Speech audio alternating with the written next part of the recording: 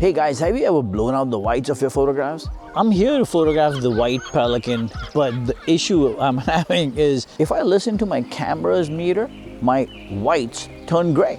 See, the wing is becoming gray, and the problem over there is that the camera meter is trying to make the white pelican gray. Should I listen to my camera? If I try to get the background perfect, meaning overexpose because the background is dark, then I blow out the pelican. I'm gonna try and figure this out while I am there and see how it turns out. This is Minnesota. It's absolutely gorgeous. And the best part for me is that I have this man with me, my older son, Jared. You guys saw my younger son last time. My son insists on taking my video from the front because I do have a gut.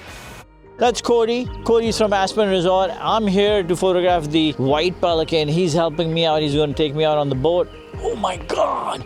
Oh my God. The lake is full of fog. It is going to make for some insane photographs. We headed over to the pelicans.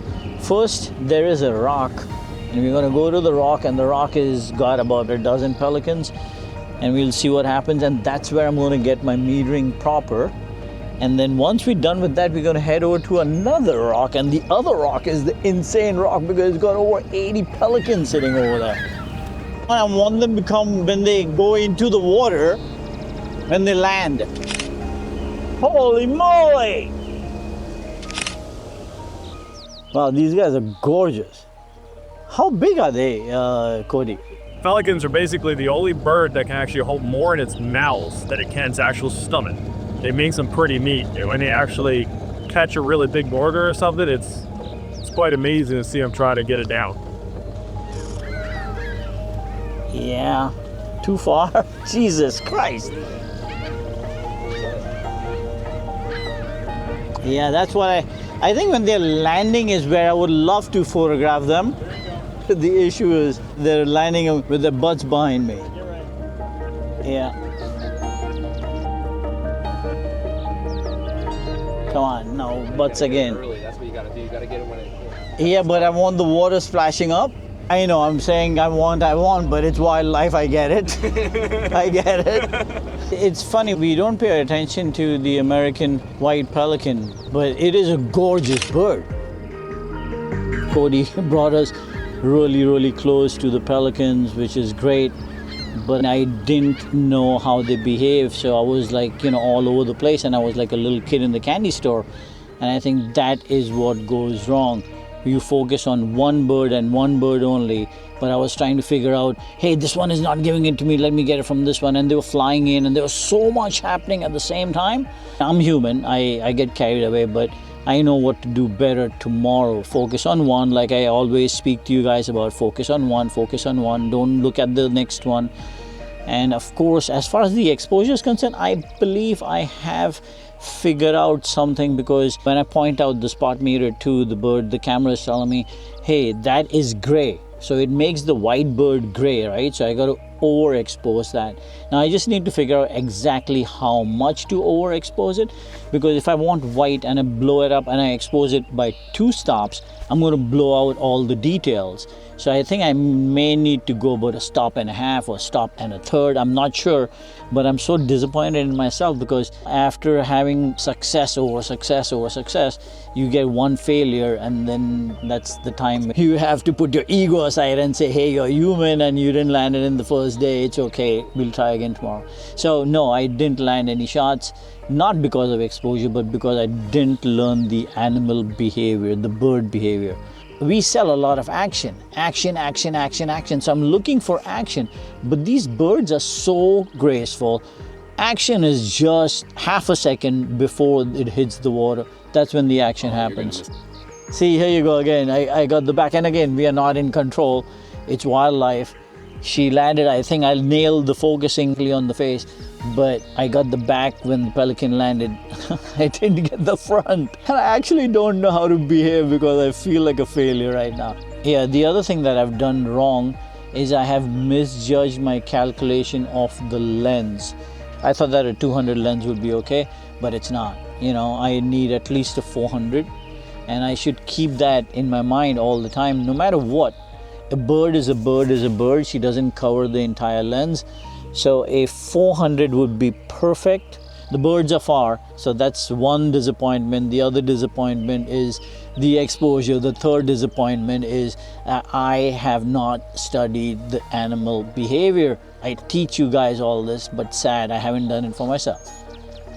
I have taken over 340 images. I have only allocated myself 2,000 images, so in 4 days. So I've already taken up quite a bit, and I have not got anything. So we'll see how it goes.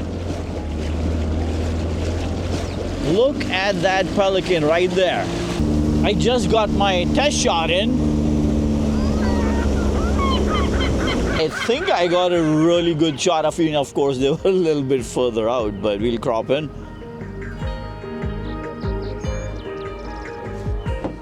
Yeah. Oh, so they're gonna land somewhere.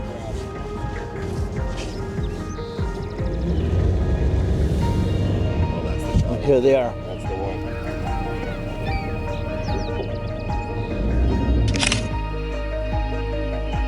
Yeah, I wish I had a longer lens, but there's nothing I can do about it. These guys were awesome because they were really, really close.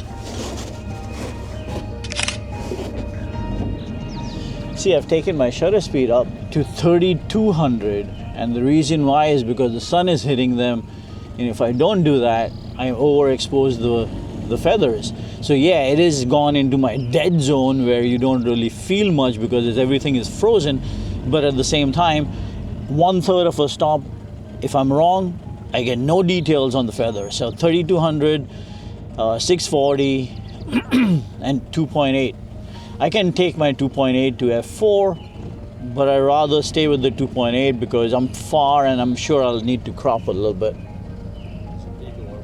The other thing to notice in the pelicans is if the wind is in their face, all their hair, the crown on the hair goes back, which doesn't make a dramatic shot. But if the wind is on the back, on the neck, all the hair gets, up in the air, which makes it absolutely gorgeous, which is just, you gotta be on perfect timing with that, with the wind.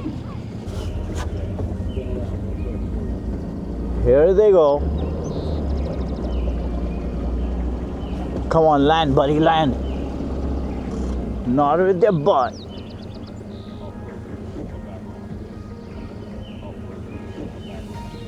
I learned exactly how to expose the whites so I can get all the details, but they were static shots.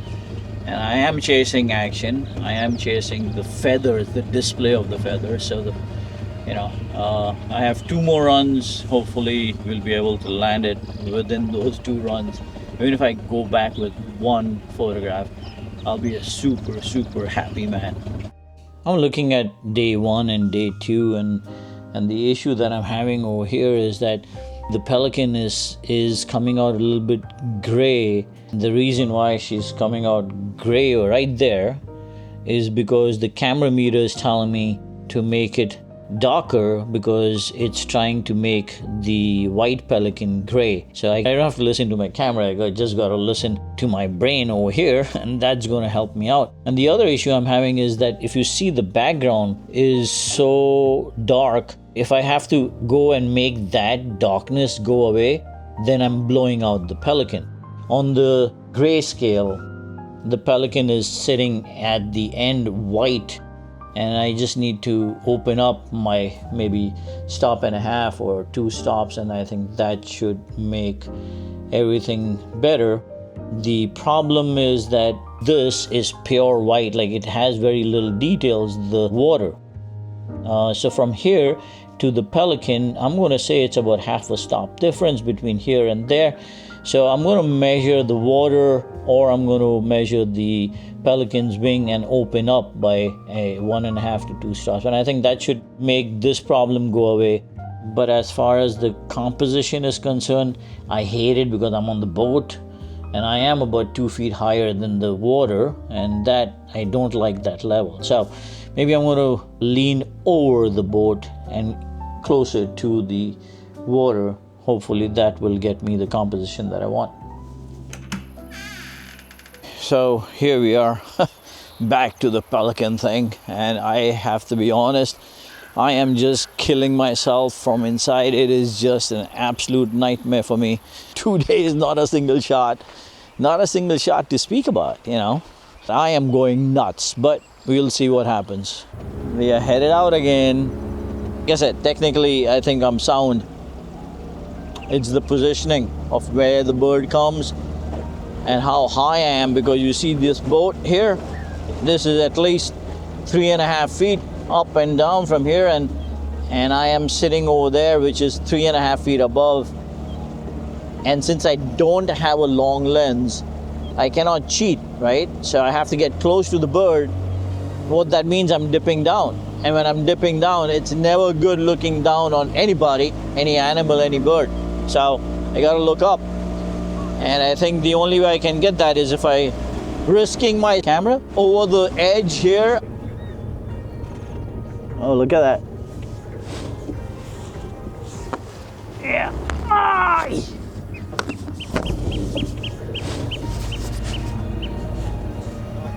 Yeah, you go this way, they go the other way. They turn exactly the opposite direction.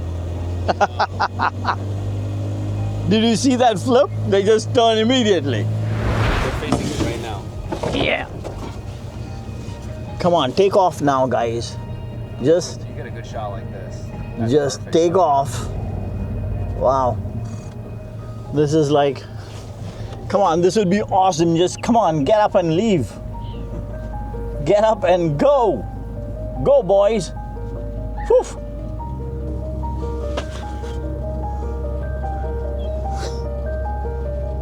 Yeah.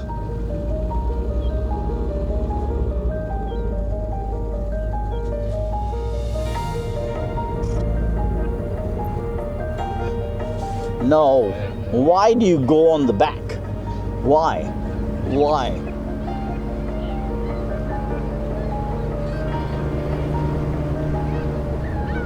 Oh, oh, that's a seagull.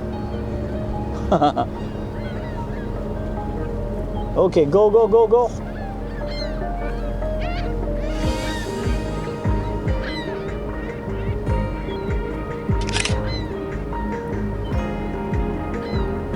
All right, guys, no food for you until you pose. That's what he used to tell me when I was younger.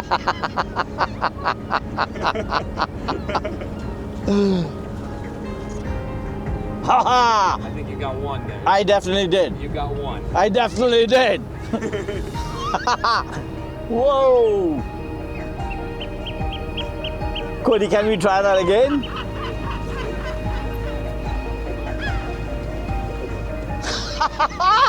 Whoa! I'm sorry, Cody. Glad you enjoyed it. You got it, at least. Whew. Ah! Yeah. Ah! Ah! Ah! Right? I was going to get a heart attack. Don't do that. Job's not finished. Oof. All right, so the tension is over. I know I have it.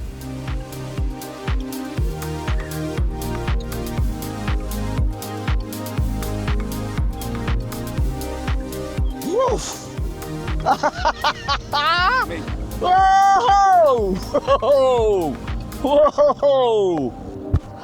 You have to check those out soon. Ah,